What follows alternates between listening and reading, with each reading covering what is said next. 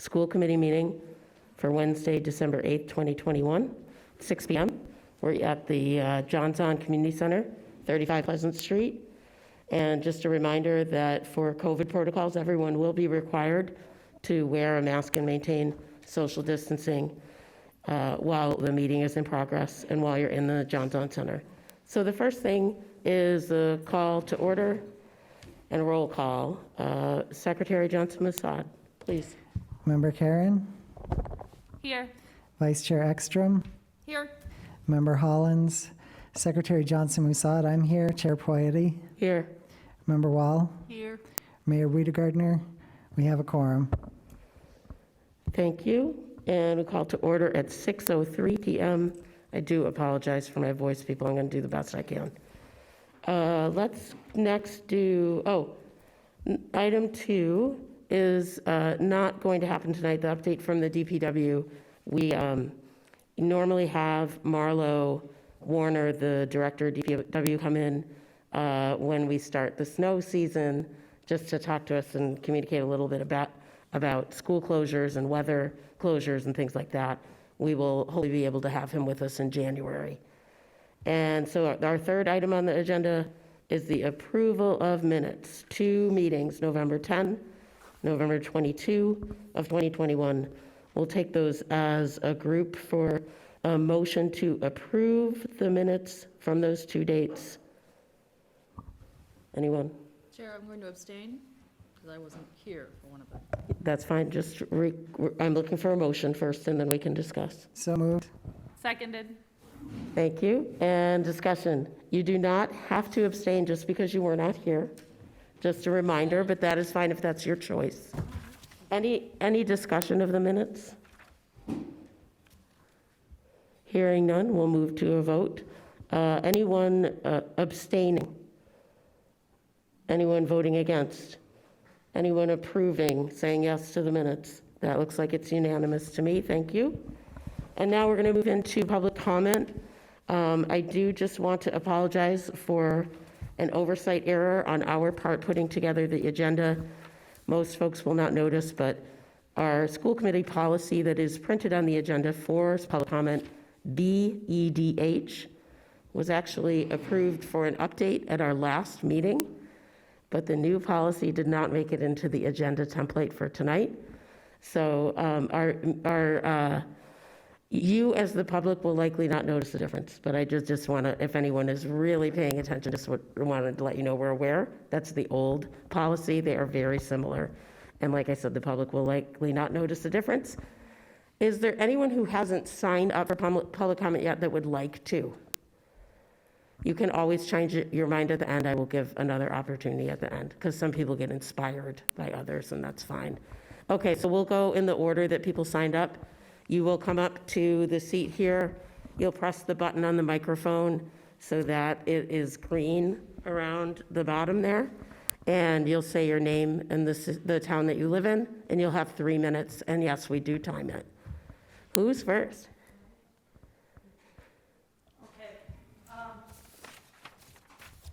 Seems a little premature for me because I wasn't sure exactly. Tell us your name and your town you live in. My name is Claudia Black, and I live in Greenfield. Thank you. And it was my understanding that there was going to be some discussion about hiring an SRO for the high school here today. And I wanted to voice my opinion on that.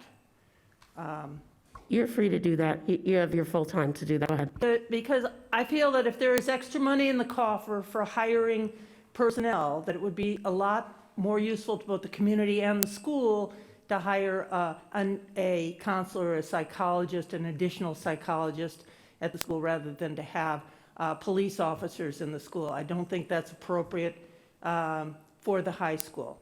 And, since there hasn't been any discussion on it, I can't even refer to whatever somebody else was going to say about it in this regard. So I feel like I'm sort of throwing this out in the air, but that's my opinion in general. Thank you. Thank you.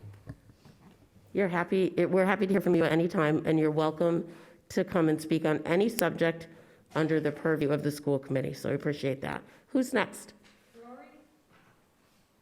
I do not think I was We went in the back and put them in a hat and pulled them out, and then you're second. Go ahead, your name and the town you live in. Hi, my name is Rory Cronin Townsend. I live here in Greenfield, and I'm a senior at Greenfield High School. And I also wanted to speak on this topic of an SRO in the building. As some of you may know, I was very recently awarded the Superintendent's Award for Academic Excellence. And I don't say this to brag. I just wanted to say it as like a really clear and concise way to say that I am a very good student. I have very good grades. And I have worked for that a lot. But something that doesn't get talked about enough is how many resources I have had access to, the privilege that I have had, and the security that I have had that have allowed me to make these accomplishments. Like my father has a PhD in physics, and my mother is a teacher at the middle school, and we have always been very secure money-wise, safety-wise. I've never had to work for a job, and as a very privileged person, school has always been a very safe environment for me. And I wanted to bring these up because not every student has these things. And in our society, statistically speaking, many, many more students of color don't have access to a lot of these support systems. And emotional safety at school should be the number1 priority, emotional and physical safety. And we have seen over the past many years that the police officers in general in our country, in many cases, do not have the emotional and physical safety of people of color in mind. And bringing an SRO into our building, bringing a police officer who is armed and in many cases doesn't have the correct or an amount of training that allows them to get past that, puts our students of color at risk. And that is not something that at all is acceptable. The emotional and physical safety of our students is like the #1 concern. And bringing an SRO in is not at all, will not promote the emotional and physical safety. Thank you. Thank you, Rory. Avery, followed by Crystal.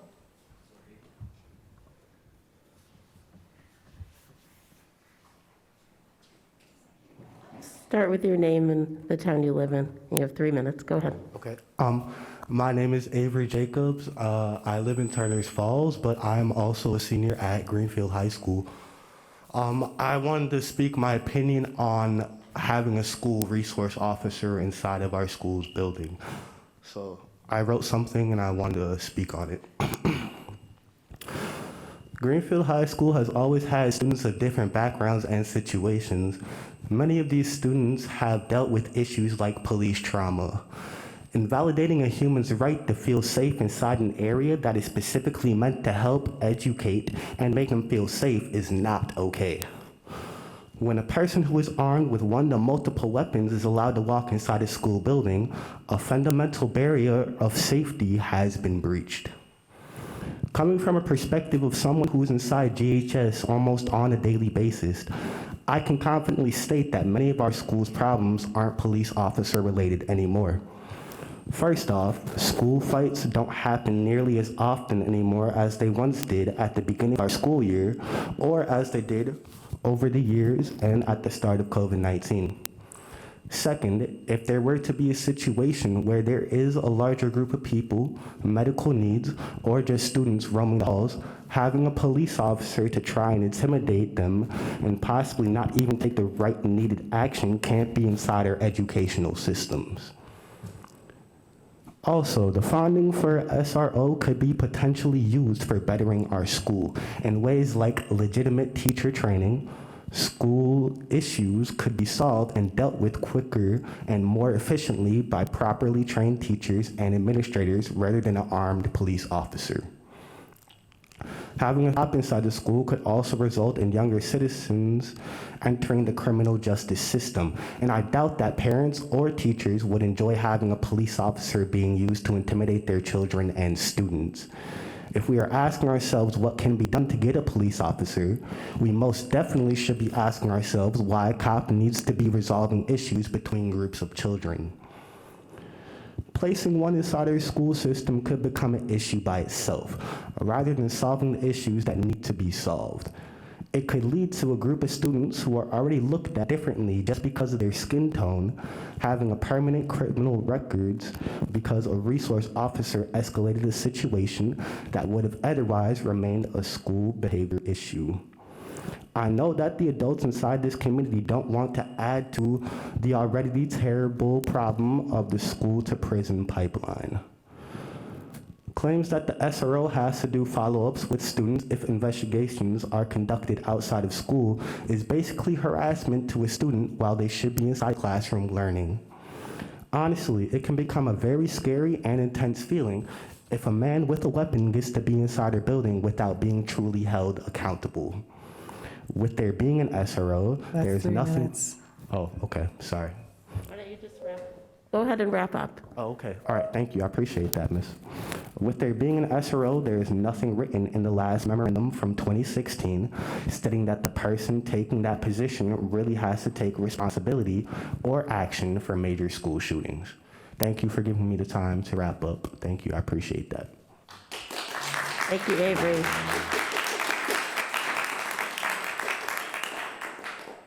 Crystal, followed by Indy.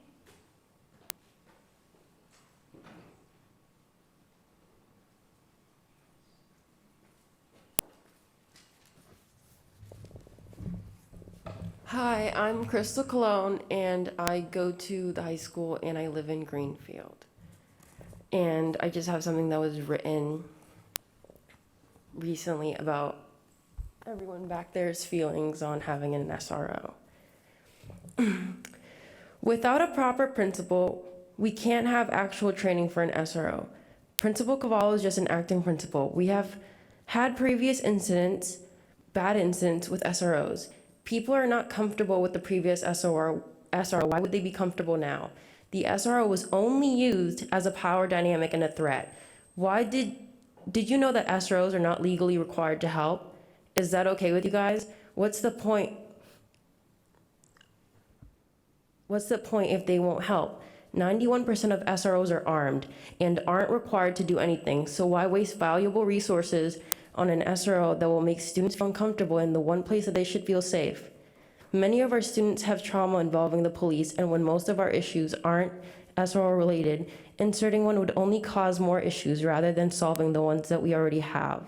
Even our teachers are against the SRO, with one, and I quote, saying, "It's scary to think about a cop pointing a gun at my students." The SRO is leading students to have criminal records. Studies have shown time and time again that a harsh punishment is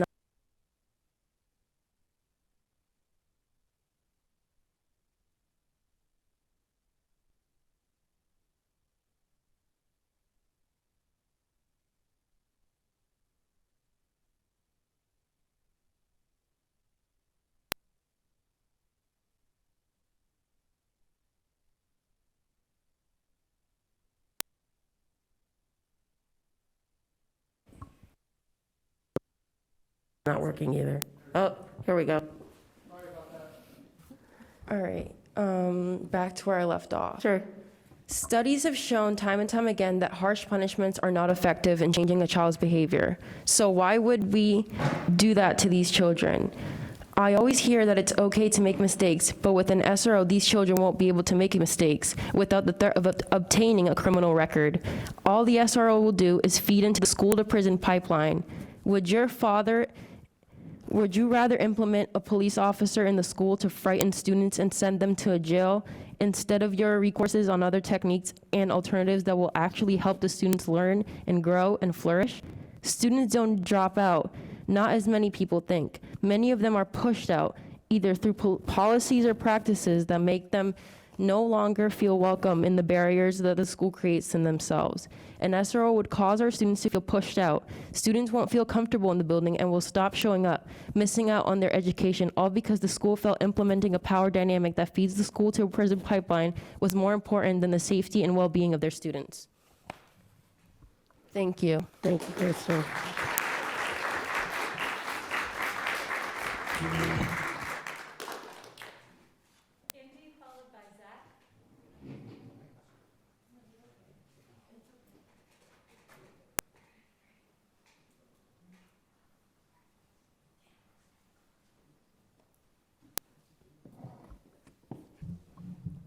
Hi, my name is Indy Merrill, and I am a sophomore at GHS.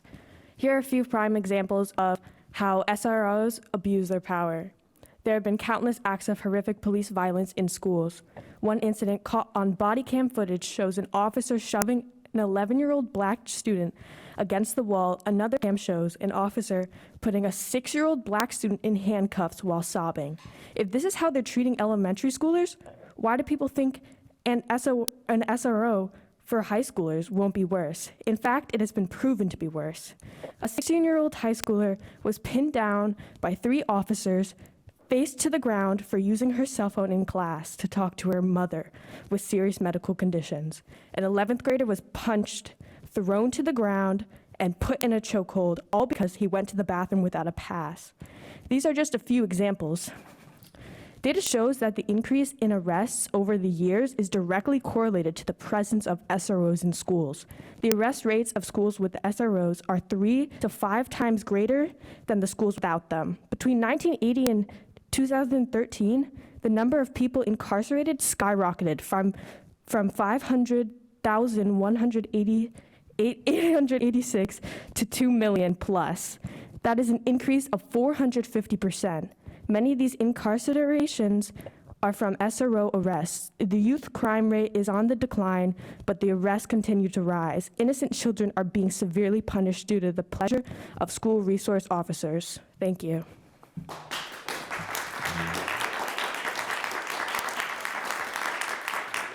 Thank you, Indy.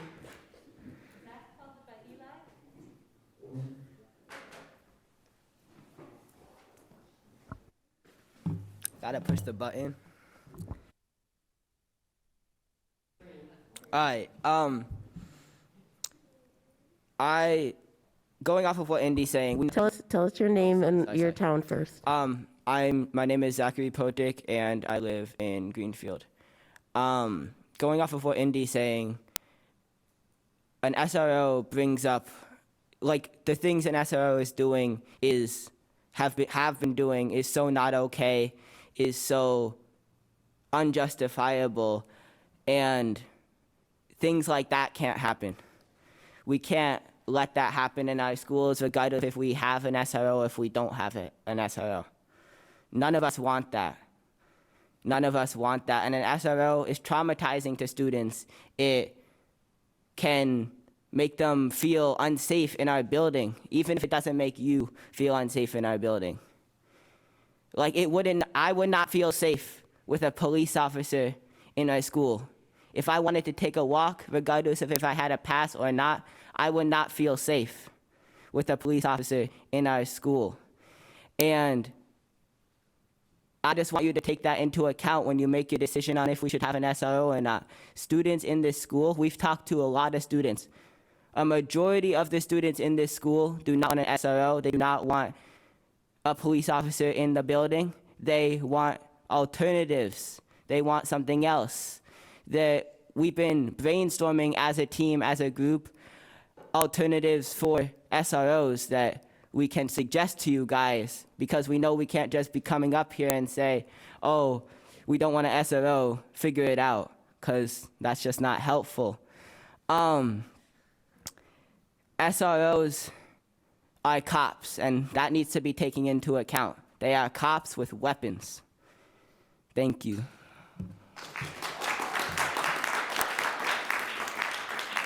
Thank you. Eli, followed by Daniel.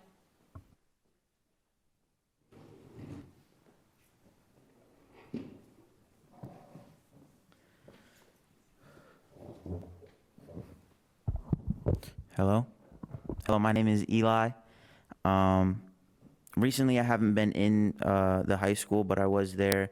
I started going to a new school, but a lot of what I have to say about the SRO has been touched upon by my group members, but the SRO wouldn't work in the school.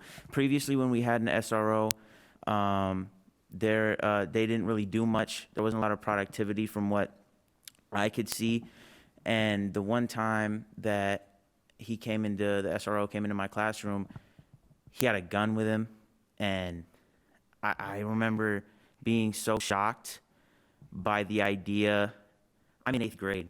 I was so shocked by the idea of having this person who I know can be very, very dangerous. Consistently, we always hear about police, due to their lack of training in de-escalating situations, it leads to a lot of poor situations and a lot of fatal situations. And having that in my school, knowing that in my head, having that at my school was very scary, especially in my classroom. It was very, very scary. And when they left, I felt more comfortable just knowing that they weren't there. But now hearing about that coming back and hearing about a lot of the poor situations that happen with police officers in school buildings especially, I start to think about like other options before an SRO, because that's not safe.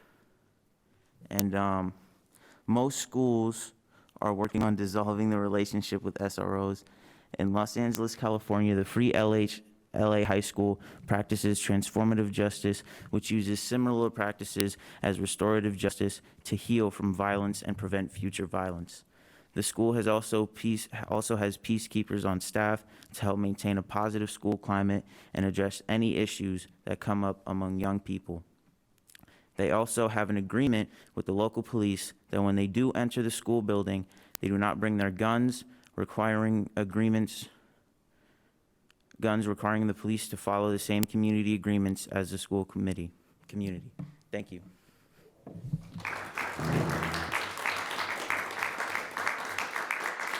Thank you. Daniel, followed by Aisha. Hey, is that a new Greenfield soccer sweatshirt? Yes, it Did is. you just get that like yesterday? I got it today, actually. It's really fly. Thank you. I'm pretty jealous. I appreciate it. I was Go the ahead. goalie. Start with your name and the town you live in, please. My name is Daniel Pena Chady. I live in Greenfield. One thing that I wanted to bring up before I get into my main topic, we've brainstormed some like other things that we can have apart from SROs. Like we could have counselors and security officers, or just like security. Like as we said, we do not feel safe having an SRO in our building. If worst comes to worst for us and we are eventually required to have an SRO, I feel like some requirements should be, they should not be armed, like Eli said. A lot of people have had past trauma with SROs. No, I think they should not be armed. And also extensive bias training. They should really be able to see, like, really understand this person should go through like I said, extensive training and understand what we have been through in our past, because every person of color at least has gone through some kind of thing that was not right concerning their race. I feel like the SRO should be required to de-escalate problems if they see one. We noticed in the duties and responsibilities section of the memorandum, it stated that they are responsible for developing de-escalation techniques, but it doesn't require them to use them at all. So we would like that to be moved over to the requirements. Special training should also include how to disarm a student if they're armed with a weapon. This should also be in effect for duties and responsibilities that the SRO should fulfill, because a lot of these were just in training, and they shouldn't also be in the duties and responsibilities, so we know that's in effect. I feel like also we should have a clear memorandum, because not everyone has like an understanding of advanced literature, and I feel like for us people of color as well, it is important that we know our rules, because in the past, same with laws, we have not been able to understand and get a full understanding of these advanced this advanced literacy that people like to use in their laws. And also, I feel like the students should also be involved in writing this memorandum, because we are the school, and this officer is the person that's supposed to be serving us. We are the school, and we're the face of the school. So it'll be only right if we help out making this memorandum again for 2021, if it requires us to do that again, or requires us to have a SRO. Thank you.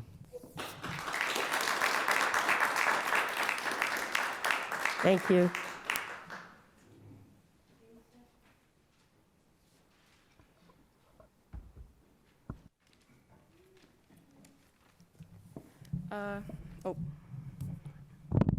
Hi, my name is Aisha. I'm from Turners Falls, Massachusetts, but I go to Greenfield High School.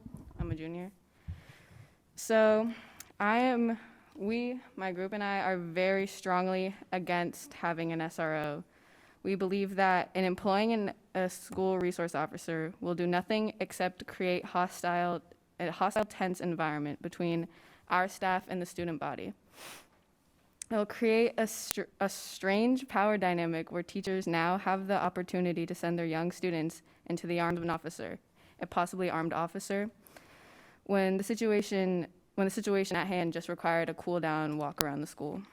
I think that it's clear to many of us that there are groups within our school of students that feel very tense and stress and act out because of that when they are faced with just our regular administrators in our school, like our vice principal and all them.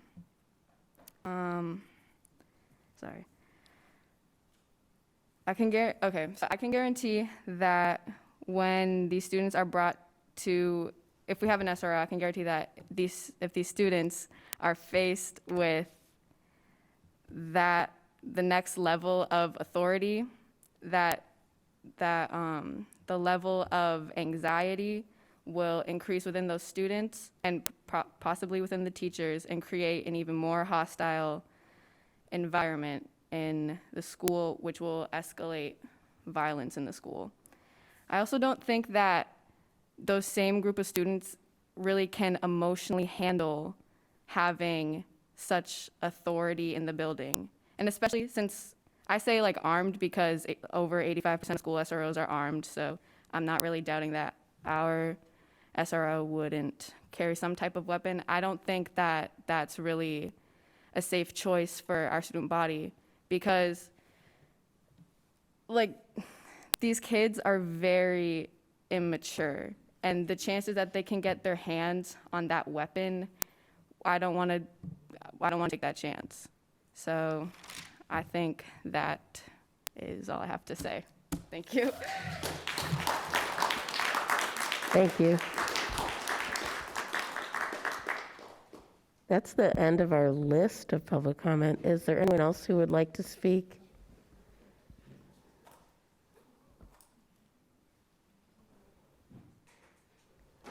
Anyone else want to speak after that? You're welcome. Yep, so come up and sign up on the sheet. If there is anyone else, they should come up and go ahead. You can go ahead.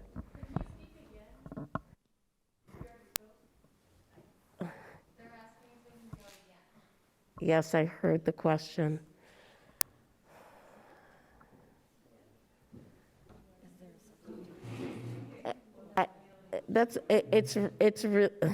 It's unorthodox, but there's nothing preventing it. If you really feel like you need to speak again, I would allow people who've already spoken an additional minute. Go ahead.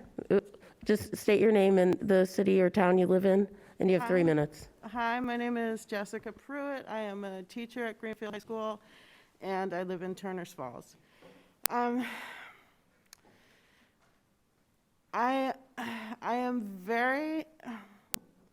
Things are very stressful at the high school. As we all know, it's been a really difficult school year. It continues to be a difficult school year. I know students have the impression that Things have quieted down because we aren't calling shelter in place anymore. I don't think that's necessarily an accurate description of what's happening in the building. I think we're just not calling shelter in place anymore. I think we're still dealing with many, many, many of the disruptions and the issues. My concern with having an SRO come to the building, having an armed police officer coming to the building, is that I am one of the adults who is having to, who walks the halls during lunch and comes across groups of 2 or 3 or 5 or 7 students wandering the hall without supervision, without anyone but, oftentimes, 99% of the time, with anyone but me there to say, hey, where's your pass? Where are you going? I'm not saying I'm the only teacher who does this, but these kids wander the empty hallways, and we are one adult at a time trying to manage them. What's been happening most recently? Hey, folks, where are you going? We got a pass. Oh, can I see it? No, and they book it down the hall. 90s, 80s terminology. They run away down the hall. So my concern is that an armed officer is going to see these kids running down the hall, and what's the automatic response that an officer is going to have? They're going to pull the gun and do something horrible. Like, you cannot bring someone with a weapon into this school. These kids are very tender, they're very delicate, and they're very sensitive, and they're so difficult to manage. So very, very difficult. They are not going to respond to a police officer. They're not responding to teachers. They're not going to respond to a police officer. My choice is to call the office and let the administration handle it. A police officer is going to have other choices, and those choices are not good for our kids. They're not good for my child that goes to the school. They're not good for any of the students that I work with. We cannot have someone with a gun in the building. It's no, please, no. Think about this. Also, what is one police officer gonna do? Like, the kids are wandering the halls. That's been 3 minutes. Thank you, I'll finish my statement. The kids are wandering the halls. One adult is not gonna make a difference. We've had parents say, we'd like to come in and work the lunch hour. Let's screen those parents. Let's get bodies in the building, please, not police officers. Thank you. Thank you.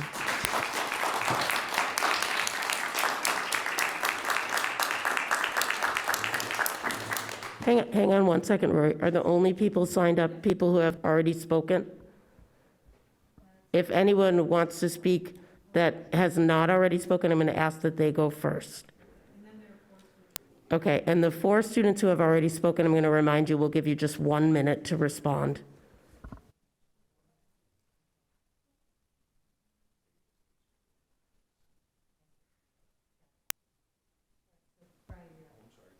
Go ahead. What's your name and the town you live in, please? Thank you very much. My name is Brian Hayes. I live in Greenfield. Sir, I need the mask to be over your nose or you cannot continue to speak. Thank you. My name is Brian Hayes. I live in Greenfield. I've lived in Greenfield for almost 20 years. I'm sorry to interrupt you again, but there's no way anyone at home can hear you. You need to move the microphone closer.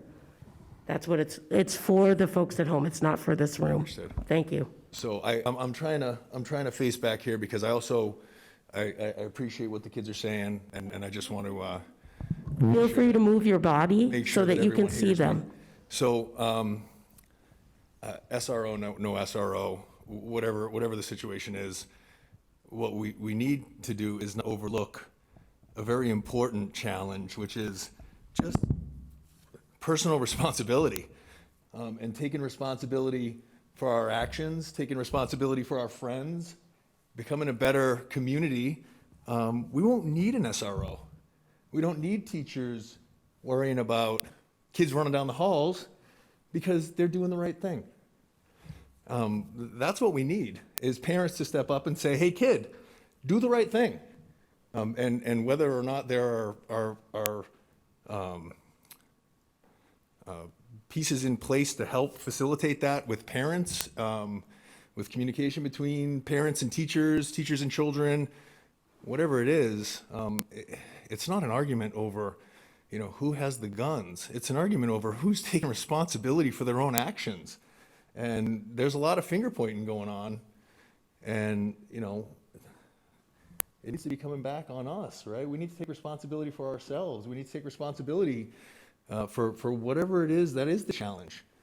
We can self-police. We can step up and tell our peers, hey, that's wrong. Don't do that. Don't put a chair in the ceiling at the bathroom, please. That's how you get freedoms. That's how you get leeways. That's how you grow as a community and a group of students and teachers and parents. We all try and do the best we can and take personal responsibility in it.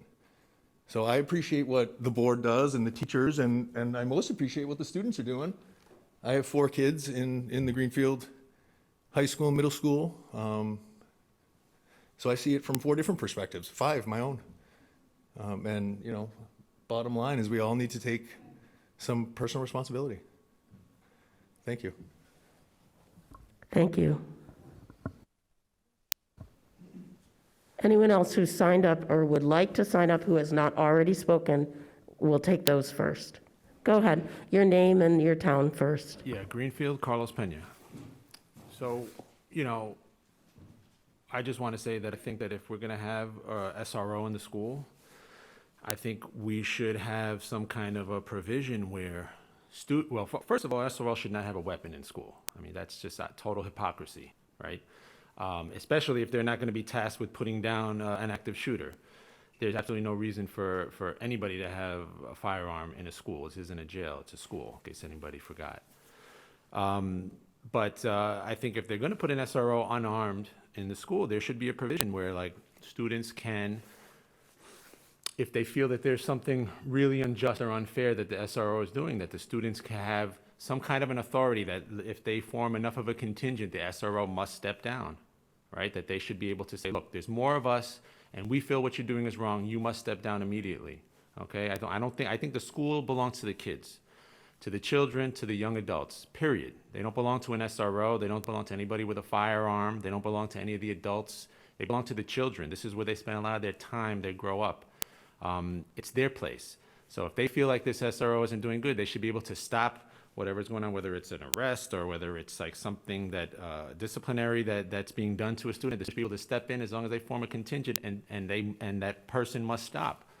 And I think that should apply whether it's a non-SRO, somebody working for the school, or an SRO, because children, or I shouldn't say children, young adults need to learn that the spaces where they spend most of their time, they should have some control over it. I mean, this is really important for the future. I mean, people are going every day to places where they spend and give their blood, sweat, and tears, and they have no control over their spaces, no democratic control over their workspaces whatsoever. Their workspaces are demanding 210% from people with nothing in return, and this has to stop first in the school with young people. They need to understand that their spaces, they should have a strong say and control over what happens in their spaces, and if their rights are being violated, absolutely, there should be a provision, a law, a rule that this person must step down and yield to the student body, all right? Because let's be real. I mean, when people's rights systematically get violated and nobody's listening to them, when they try and go through these established democratic processes and then the established processes for making changes, they're really left with nothing else to do except do what nobody wants them to do, which is to get physical. So we should provide that for them because it's a learning experience that once they learn that when they're younger, they're never going to forget it. And it's positive, it's nonviolent, and it's democratic and productive. So I would think if you're going to have an SRO, absolutely no guns, but there should be a provision that students control their schools and their spaces, not some SRO and not even some administrators. I think it's their space, ultimately, that you spend a significant amount of their time there, and that's what I wanted to say. 3 minutes. Yeah. Thank you. Anyone else wanting to speak who has not already spoken? Okay, so our folks who are asking to speak for a second time, again, 1 minute for additional comment. I would suggest if you would, we do, and not you, Rory, go ahead and sit down. If you all that want to speak again would kind of get yourselves up to save the time of everyone moving. Yeah, there you go. You know, maybe stand over here. That would be awesome. Thank you. Okay, go ahead, Rory, you have 1 minute. Okay, thank you. So I just really quickly wanted to add that you've been hearing a lot tonight from my fellow classmates about like the horrible things that SROs have done in the past and that statistically, or they have, that are very common. And I did just want to add that even if you decide on to hire an SRO and have a very, very careful screening process, and you hire someone that you are very confident will not be violent and will not escalate situations, the fact that they are an SRO, that they are a police officer, is still going to make so many students so emotionally uncomfortable that it is not worth it at all. Like, even if nothing actually gets blown out of proportion, the sacrificing the emotional security of our students of color who have had traumatic experiences or have these very real fears of police officers, sacrificing their emotional security for the comfort of the privilege is not acceptable. Thank you. Thank you.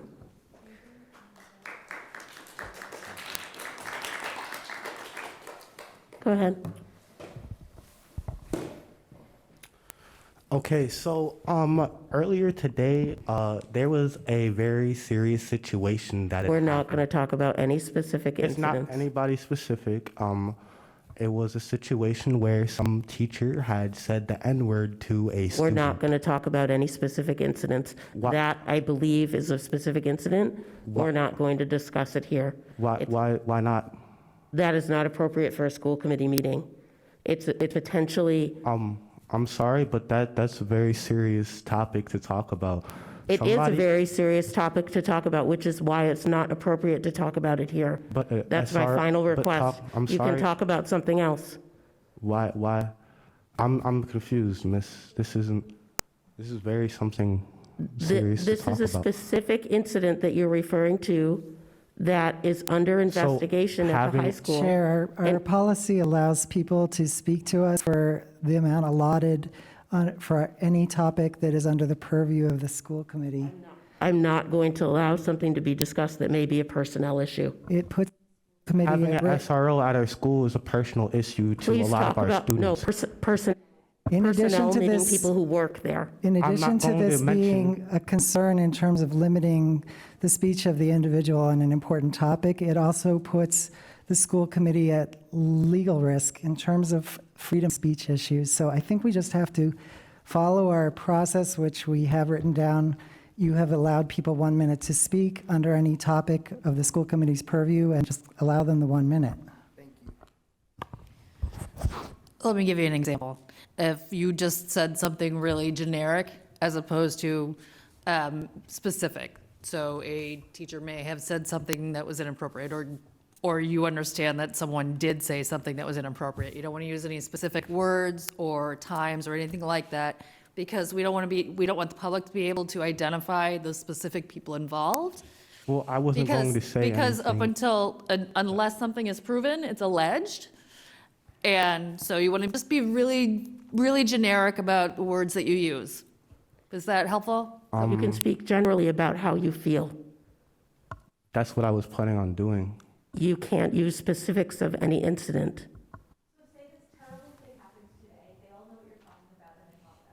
Okay, all right, so. And this something- starts your 1 minute right now. Okay, something terrible happened inside of our school today.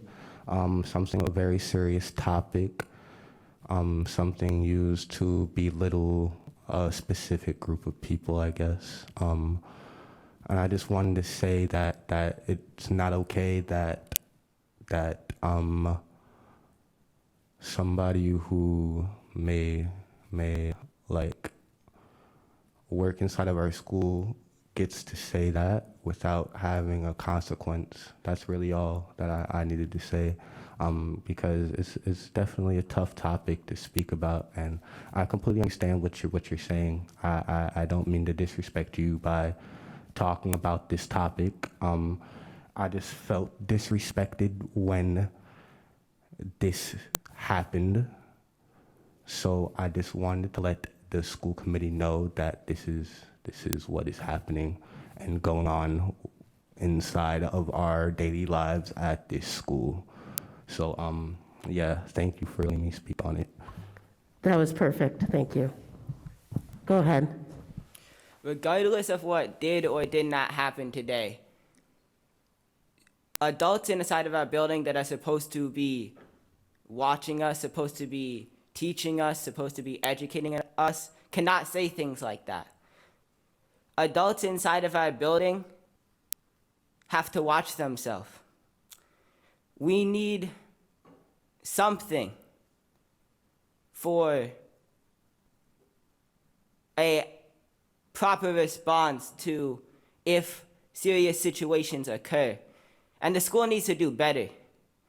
Like, we've had to fight hard to be heard every day. That can't happen anymore, and the school needs change. Thank you. Thank you.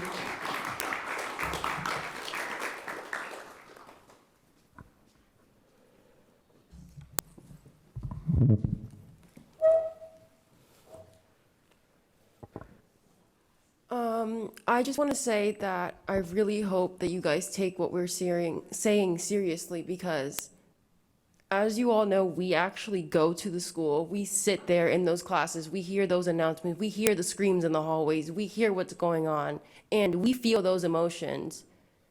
And as a teenage girl, I don't think I should be getting scared every time the beeping on the intercom goes off because I think there's another lockdown, or I think that there's a shooter in the building, because it's not being handled. Students aren't under control because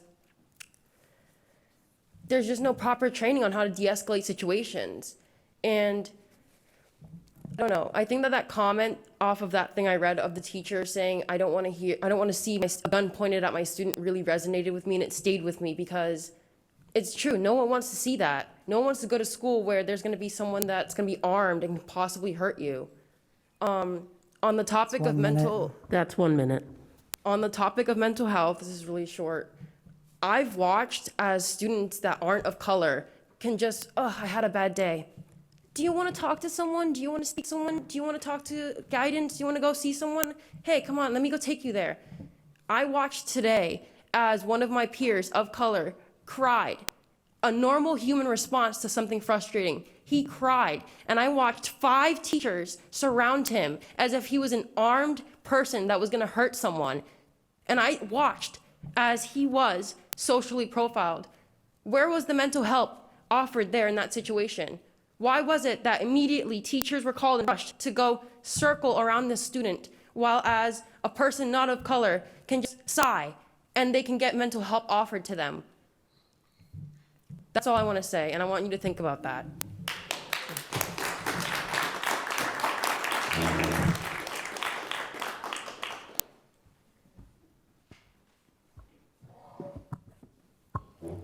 Hi again, I'm Indy, and I want to say we are the movement for Black Lives Matter. Well, the movement for Black Lives, and we will keep coming back. We won't stop, because we're not going to put up with these situations at our school, because this is just unjust and it's not okay. And I care about the students in my school. I'm new. I just moved here. I'm the new kid, right? This is like embarrassing. Like, this used to be the school that people transferred to. Now it's a school that people are transferring out of. Let's put in the work. Let's try to treat each other equal. And it's not just about team playing. It's about the team, okay? I know that's like cliche, but it's really upsetting, like when students are racially profiled, when students are treated differently just because of their skin color, just because of their sexual orientation. And it's just not okay, and we will keep coming back. We will keep talking. We will keep fighting. We will keep crying on the stage. We will keep getting that's 1 minute. We will keep coming back. So, yeah, we're gonna come back.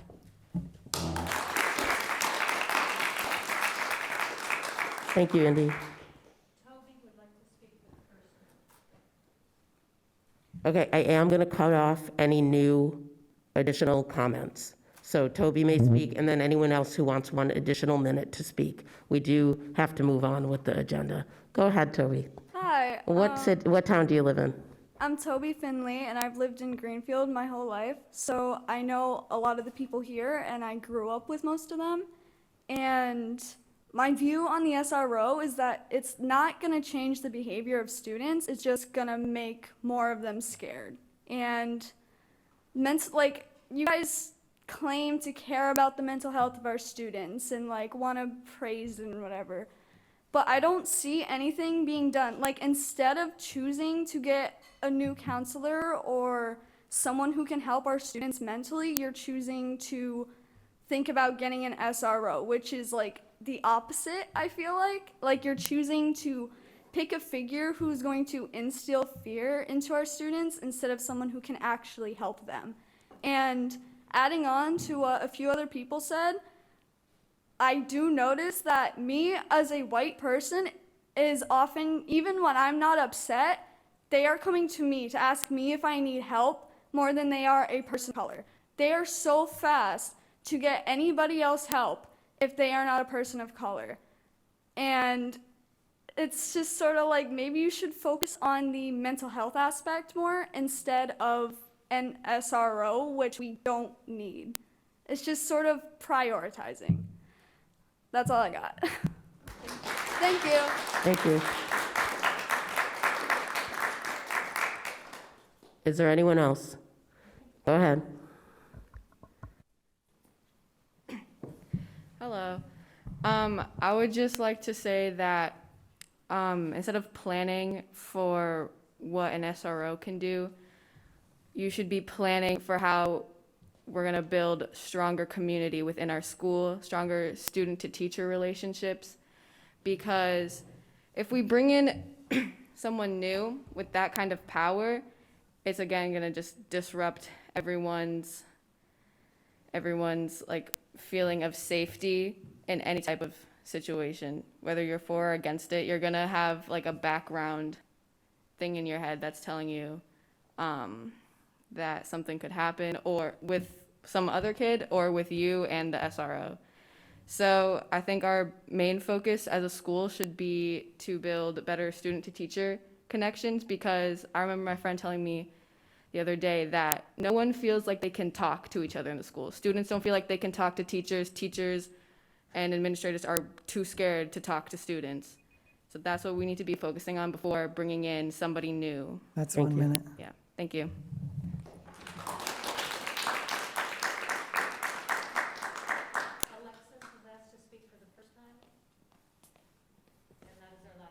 Okay. Go ahead. Your name, your full name, and the town you live in, and you have 3 minutes. I'm Alexis Heath.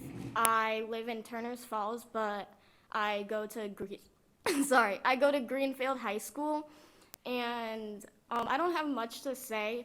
I just wanted to say that an SRO wouldn't only affect our students of color, but they would also affect our students that belong to other marginalized communities, such as students with disabilities or are part of the LGBTQ plus community. So we know that they don't have enough training to deal with these marginalized groups of people already outside of the school. So I feel like we shouldn't be putting one in the school knowing that they don't know how to handle these situations with certain people. So that's all I have to say. Thank you. Thank you.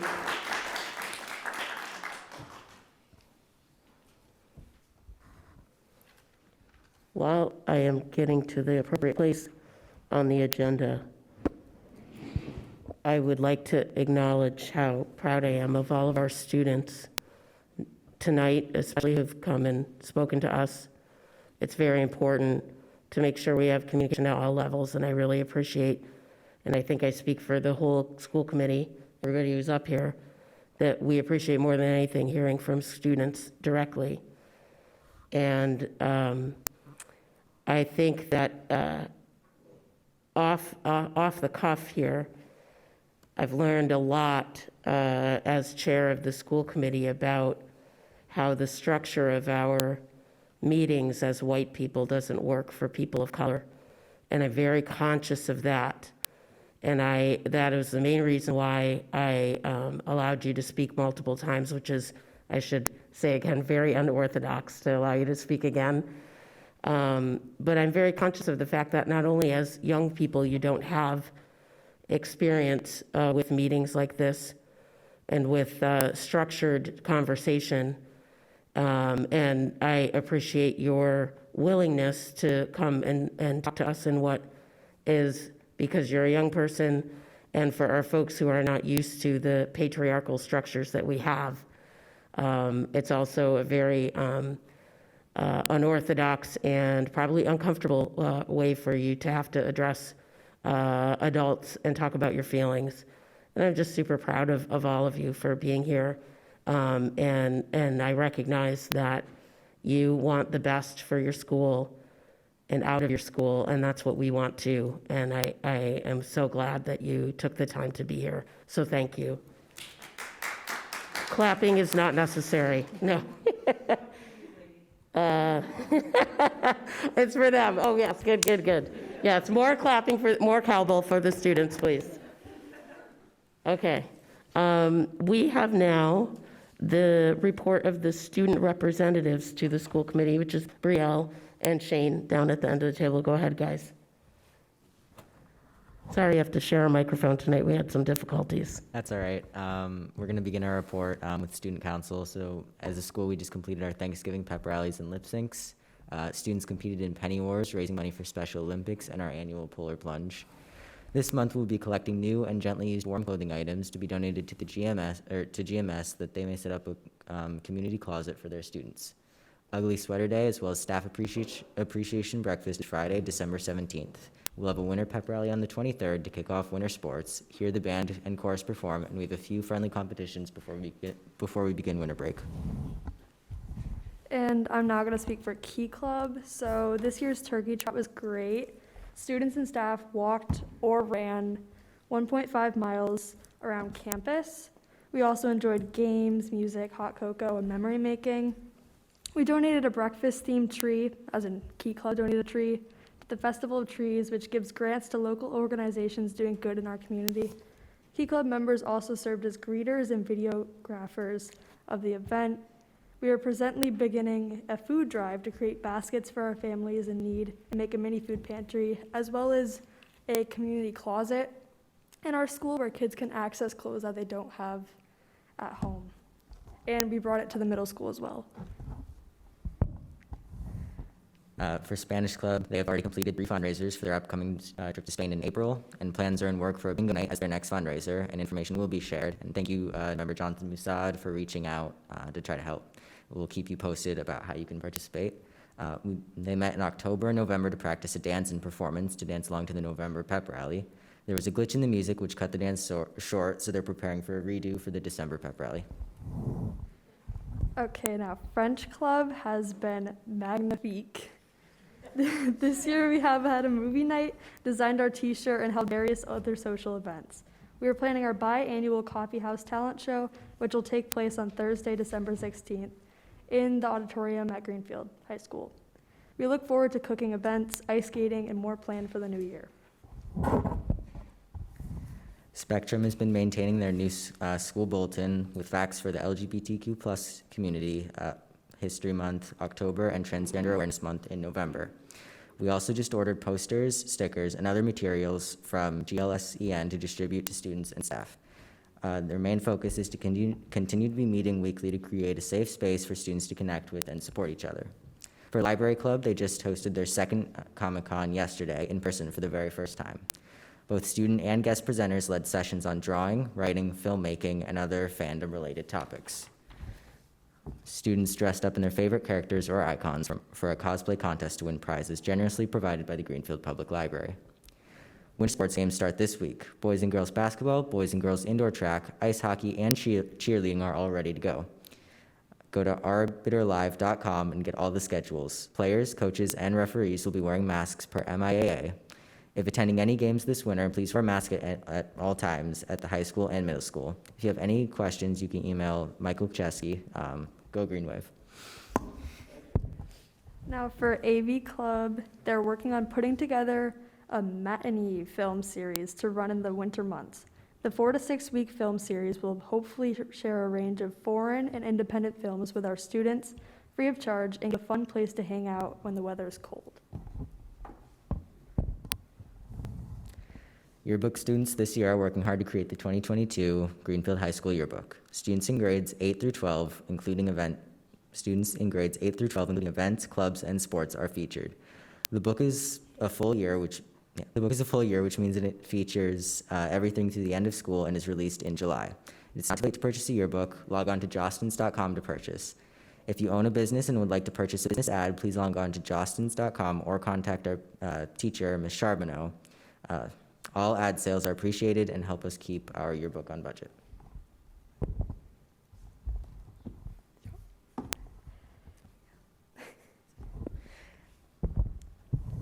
Bit of mess up in the order, sorry about that. The GHS Music Department is hard at work preparing for our winter concert on Thursday, January 13th. The band has served as the musical ambassadors of the GHS community, performing at the Franklin County Fair Parade, football games, and helping honor Greenfield's veterans at the Veterans Day Parade. We're looking forward to continuing to represent our school community at our future in-school and public performances. The National Honor Society members have embarked on a project to be positive peer influences to the 8th grade students. Last Friday, small groups of NHS members went to 8th grade morning advisory meetings to begin the work. NHS members will be running the advisory meetings each Friday, and the same groups of members will be attending the same advisory each week to help build up relationships.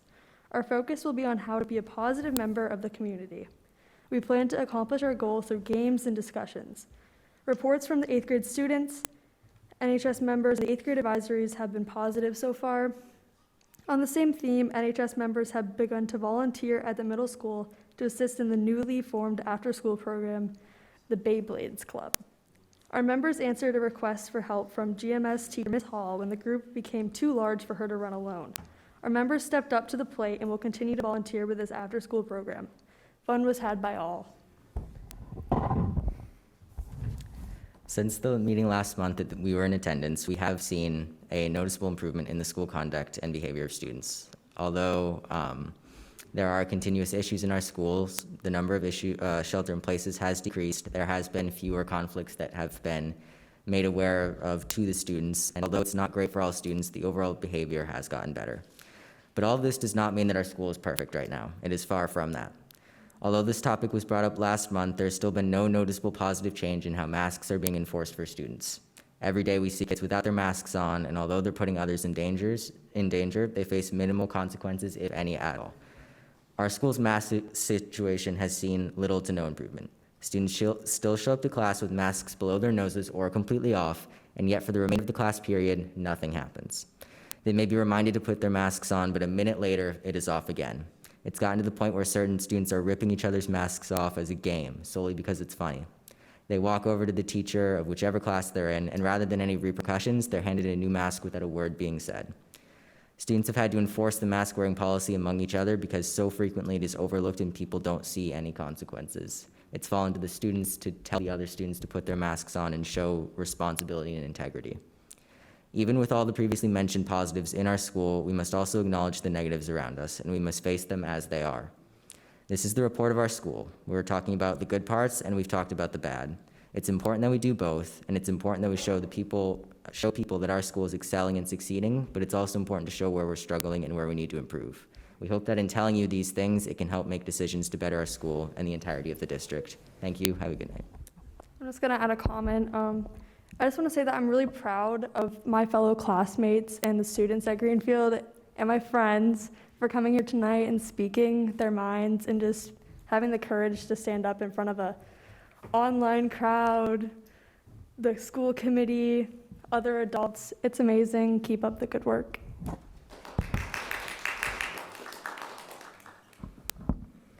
Thank you both. Next is the reports of the administration and Assistant Superintendent of Teaching and Learning, ASKP. Go ahead. That's Assistant Superintendent Karen Patino, that's my name for her, ASKP. The shortened version, thank you. And I will keep it short. An update on our curriculum development. We just finished our third session with DESE evaluating high-quality ELA curriculum materials for grades K through 7. The rollout of our vision of ELA and literacy instruction happened at numerous faculty meetings, K through 7, as well as their school council. GMS will finish up next week, and then we'll have a final vision that we can share out with all of you. Our math curriculum, many of our elementary and middle school teachers were trained in AVMR to strengthen our math instructional practices. We look forward to continuing our professional development in this area in December and January. The focus will be on improving core instruction in math that strengthens student skills with a strong conceptual understanding. So we look forward to those trainings. We're also participating in the DESE mentoring of principal leadership, where I am mentoring Mike Browning and Gina Johnson. We have our second meeting next week. One of the exciting things, though, is that DESE has rolled out a new principal mentoring handbook.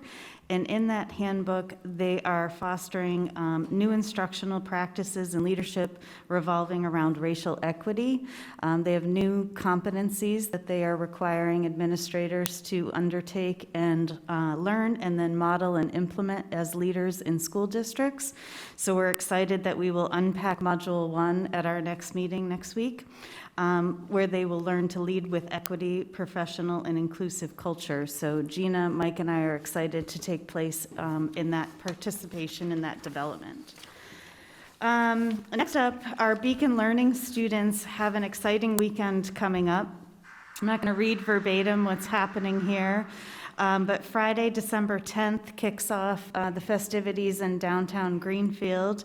The Beacon students have become artists, and they're going to be part of the pop-up market.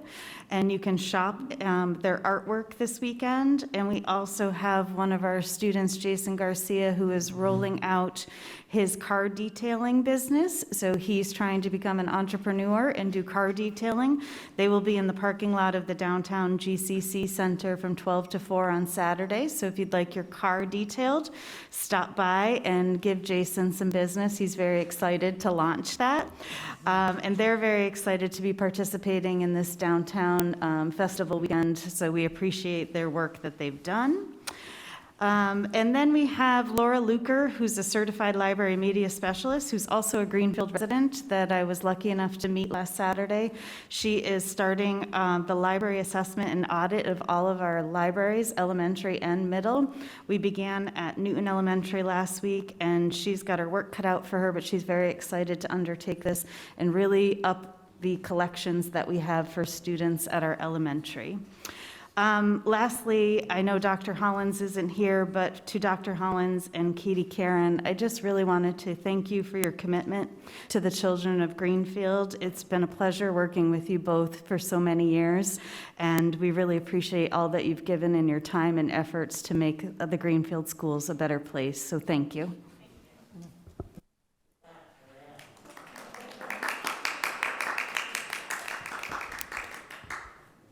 Any of the school committee have questions for ASKP?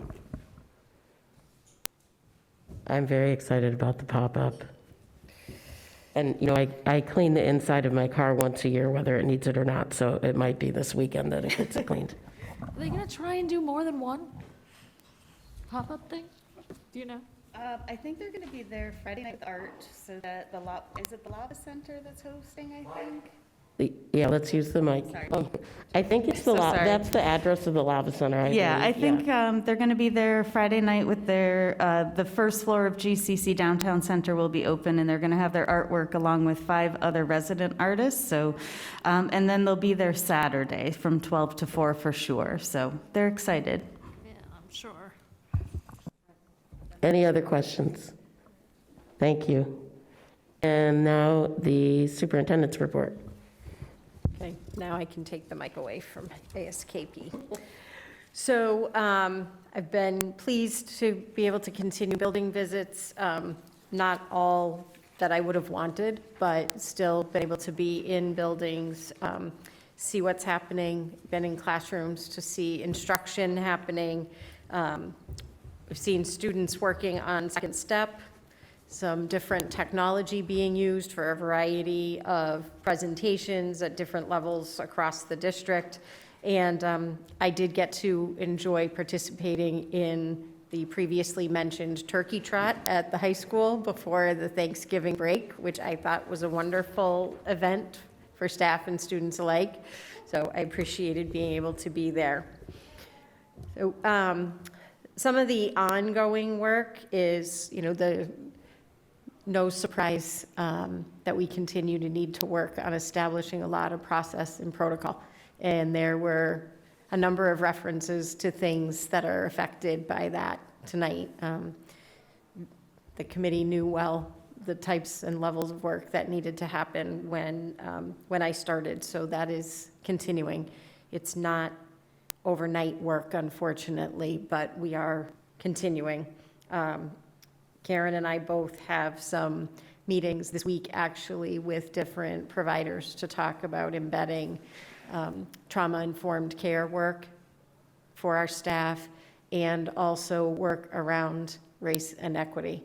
So those had been scheduled, and it is perfect time that the work that was being done at the high school prior to the pandemic needs to be revitalized. And with getting back to school and the changes in staffing, it didn't happen yet, but it is in process. So we recognize that work needs to be done.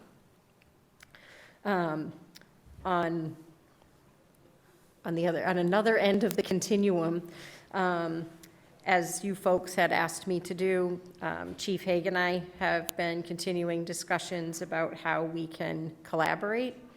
You asked me to work with him to figure out a continuum of options that would be available, not necessarily only what an SRO would look like, but a variety of choices. So right now, we're in the evaluation phase of the discussion, where we're going to be meeting with administration from the schools and members of the PD to talk about what needs both agencies have and how that could potentially look, but we're just beginning that conversation.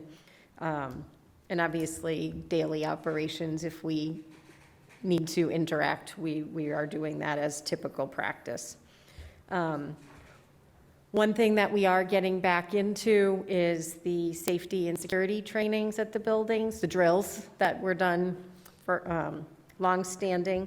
I'm very happy that Trooper Carmichael has been providing that training for 4 of the schools already, and he will do another 2 this month, which by the end of that should have provided the opportunity for staff in all of our buildings to have participated in that training, and that includes our custodial staff, admin assistants, nurses, everybody participates in the training that he's done.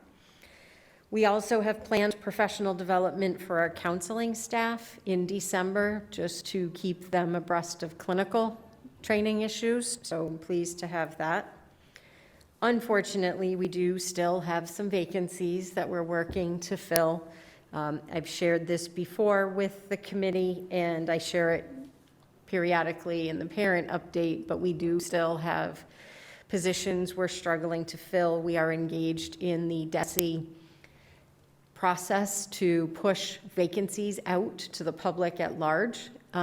So that is in process, but we are part of that, and we are really looking to interview not just permanent staff, but substitutes. So anyone who's interested in substitute teaching or being a substitute, any position basically in the district, instructional assistants, bus drivers, certainly we encourage you to reach out.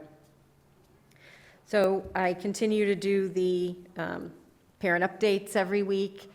Sometimes they're painfully dry, like when we talk about what would happen when I have to make decisions about school.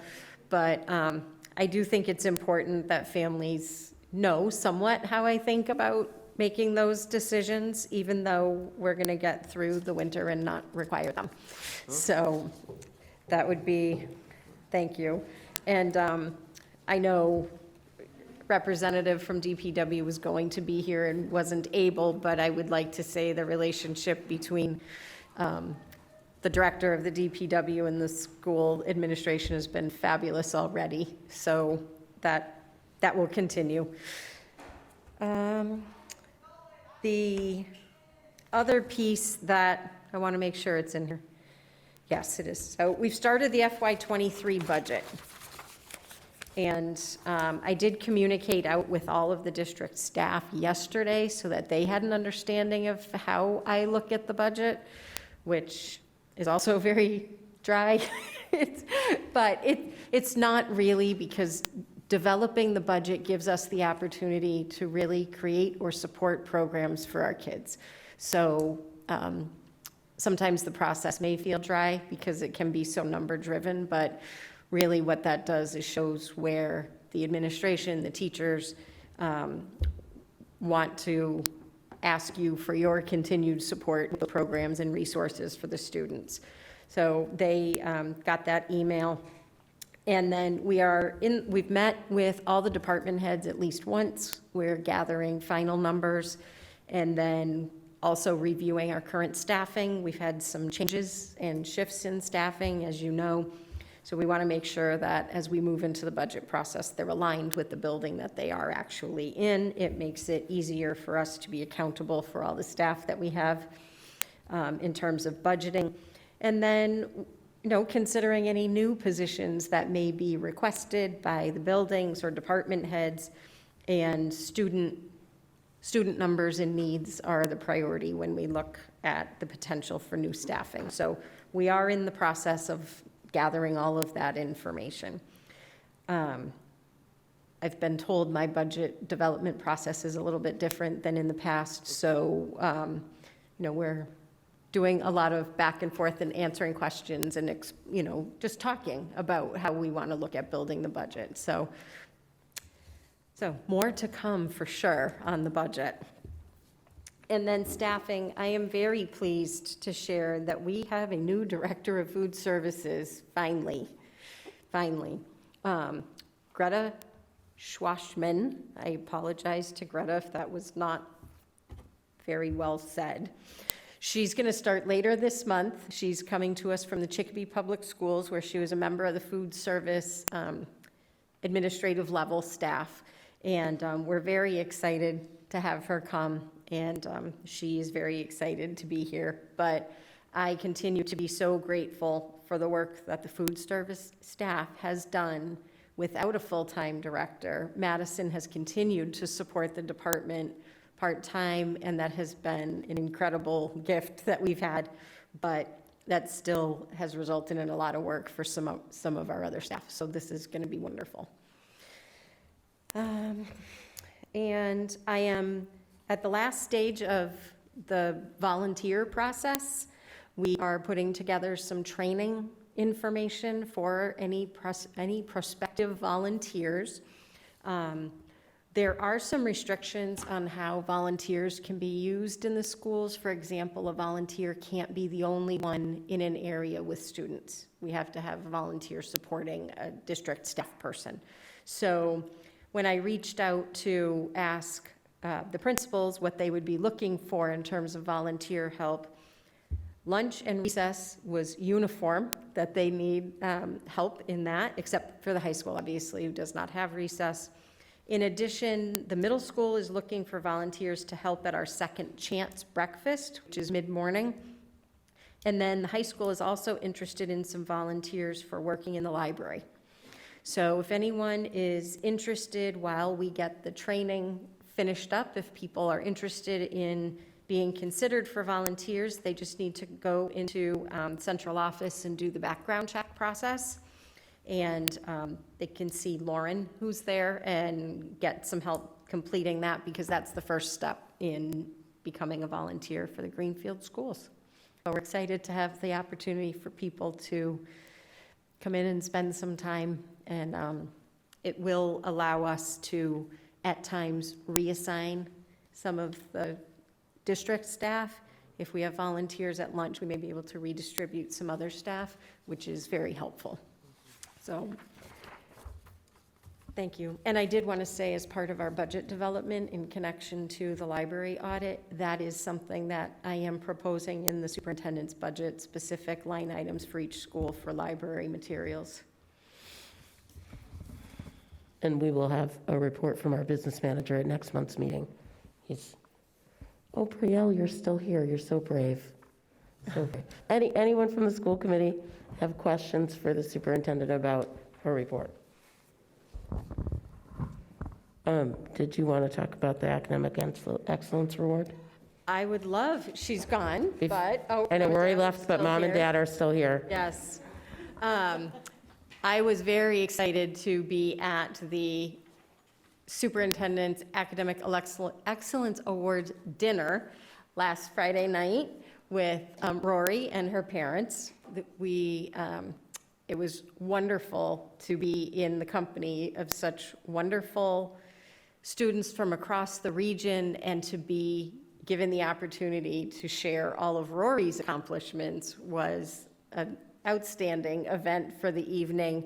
And it's just very exciting. And one of the absolute best things to be able to do as a superintendent is to honor a student that was nominated by staff that she works with. So it was wonderful. So I said it to you at the dinner, and I will say it again. I appreciate the opportunity to sit with your family when she was presented the award. Oh. Yay. Rory's gone, but congratulations. Rory lives close enough to my house that I'm hoping some of her excellence rubs off on my children. Okay, so we are on to the school committee reports. Report from the chair. I just really have a couple of things.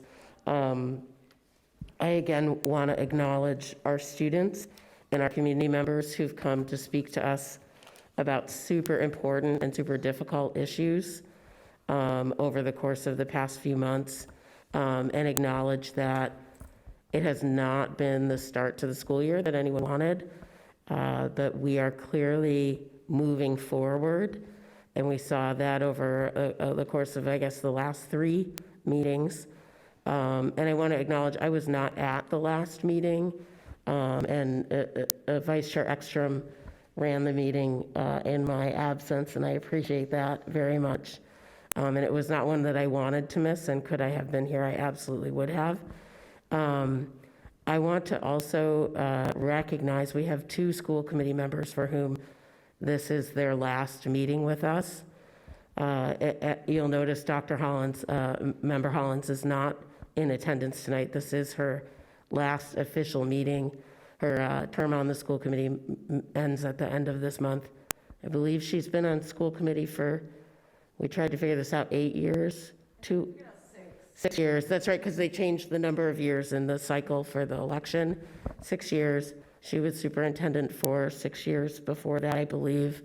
Amazing service to the city of Greenfield and our students. And Dr. Hollins and I, it is no secret that we don't look at things the same way. But what I will say is that she is constant and almost rabid in her pursuit of excellence and quality for our students. And she just wants to get things right. Those are admirable qualities in anyone, but particularly someone who prioritizes our students and kids. That's really special. She's a very special person, and I thank her sincerely for her service to our students in our city. And then Member Karen. This is also Katie Karen's last meeting on school committee. I believe she's been on school committee now. Jackson is going to be 16, so you've been on school committee for 18 years now, is that right? No, how long, do you know? 4 years, just 1 year, one 4-year term is all you've done, and I let you slip away so easily. You'll be back. I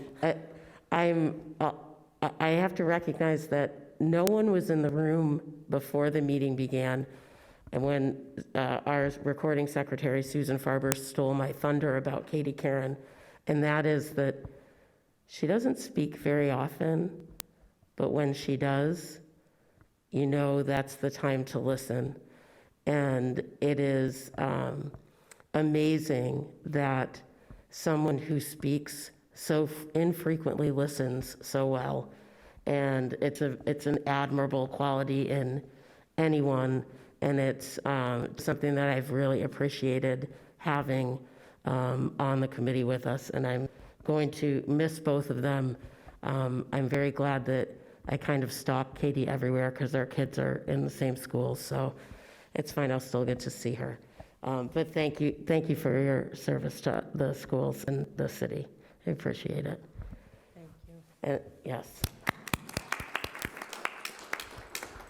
And I wanted to mention one other thing, kind of a thank you, but we've recently, as school committee members, been asked by the school council of both the high school and the middle school to send a representative from the school committee to be at their meetings and listen. School council is a combination of students, administrators, and parents and teachers at the school level that meet frequently and talk about different things that are of issue at the specific school.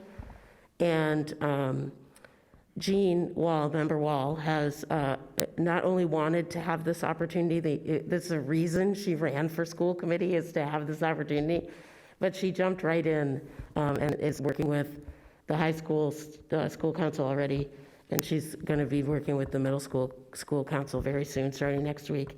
And it's spectacular, and we're already learning so many things from a different angle that's really going to help the school committee to help the schools with things. And I couldn't be more excited for that relationship to really blossom. So thank you, Jean, for your leadership on that. I appreciate it.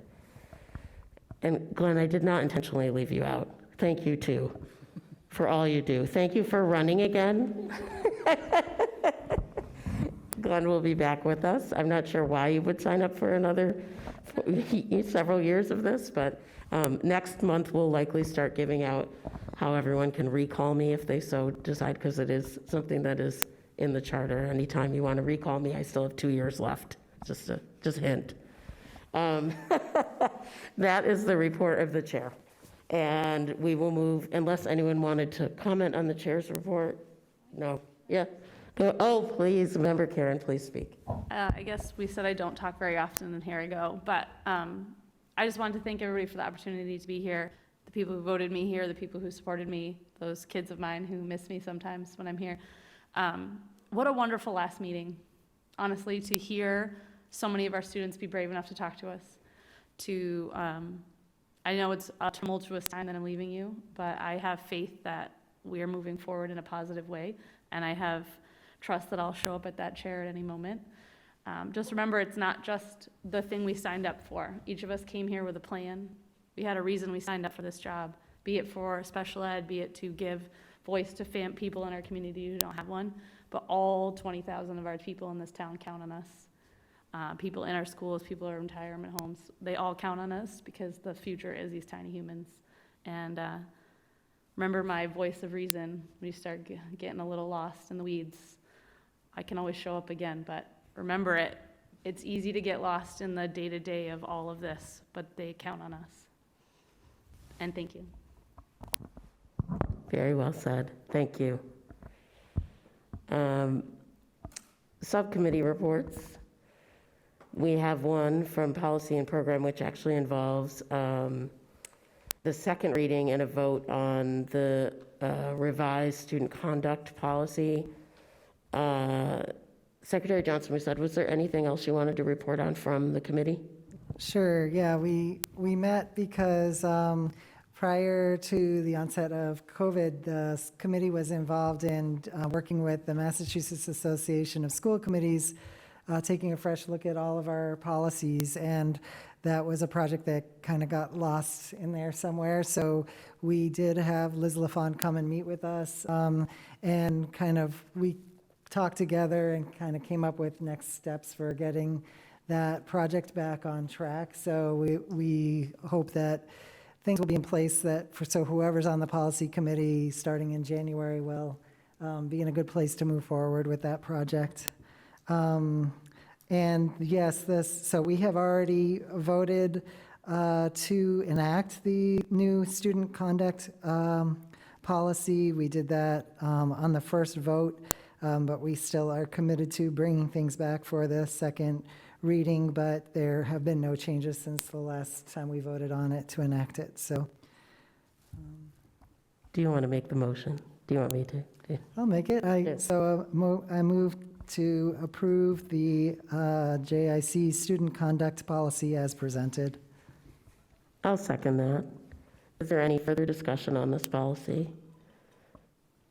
It was a lot of work that went into it. It's so involved and. Yeah, I mean, a lot of it, frankly, you can sort of tell by reading it, is kind of determined by statute more so. So there are ones where we have to put a lot of thought, but frankly, some of the ones is like, we have to have this, and here it is. Yeah.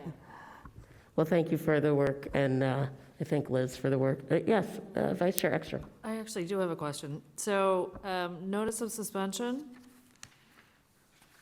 A principal must provide the student and the parent guardian oral and written notice and provide the student an opportunity for a hearing and the parent/guardian an opportunity to participate in such hearing before imposing suspension as a consequence for misconduct. So, in other words, they are being offered the opportunity, and if they choose not to attend, then that doesn't hold any bearing on what the final outcome will be? Correct. Okay, I play devil's advocate, and as I'm reading it, just wanted to make sure I was clear. Thank you. Any further questions? Okay, so we'll move to a vote. Any no votes? Any abstentions? Yes votes with a hand? That's a unanimous, perfect. Okay, and thank you for that. Thank you for the work to the Policy and Program Committee. And the next item on the agenda, item 7, is about assigning school committee members to collective bargaining negotiations. We don't really have to vote on this. We have a committee, and you know, I looked at the committee earlier. It's me, and oh yeah, that's right. I stopped to talk to the superintendent, and I forgot what I was doing over here. I was opening up the subcommittee list. That's all right. So the collective bargaining committee is me, Ekstrom, Member Wall, and Member Karen. We can move forward with just the 3 of us. And then a reminder to those of us who are returning that in January we will, at our first meeting, we'll reorganize and I will propose appointments, reappointments and appointments to all the various subcommittees. So does there need to be any discussion about the procedures? Because we do have, the reason this is on the agenda is we do have two or three unions that are requesting to bargain at this point. I guess 2.5, because one is Unit A and Unit C, however you want to count that. And then transportation is the other one. Yep. Didn't we just do that one? Oh, okay. You did. Okay, as long as I'm remembering it correctly. Okay, so it doesn't sound like anyone is disagreeing with that. Now I just have to find my agenda again. Maybe I could use the one here because I know we're almost done. Oh, yes, I need a motion, thank you, to enter into, excuse me, executive session for exemption reason number 2, to conduct strategy sessions in preparation for negotiations with non-union personnel, or to conduct collective bargaining sessions or contract negotiations with non-union personnel. If the chair so declares, and I do declare, it doesn't say that, but I really wanted to say it. The committee will not this evening return to open session. Do I have a motion to move into executive session? So moved. And a second? Second. And we do have to do a roll call vote to move to executive session. Secretary Johnson Musad, would you be so kind? Member Karen? Yes. Vice Chair Ekstrom? Yes. Secretary Johnson Musad, I'm a yes. Chair Poyetti? Yes. Member Wall? Yes. Motion carries. Thank you, everyone, for attending. We'll see you in a month.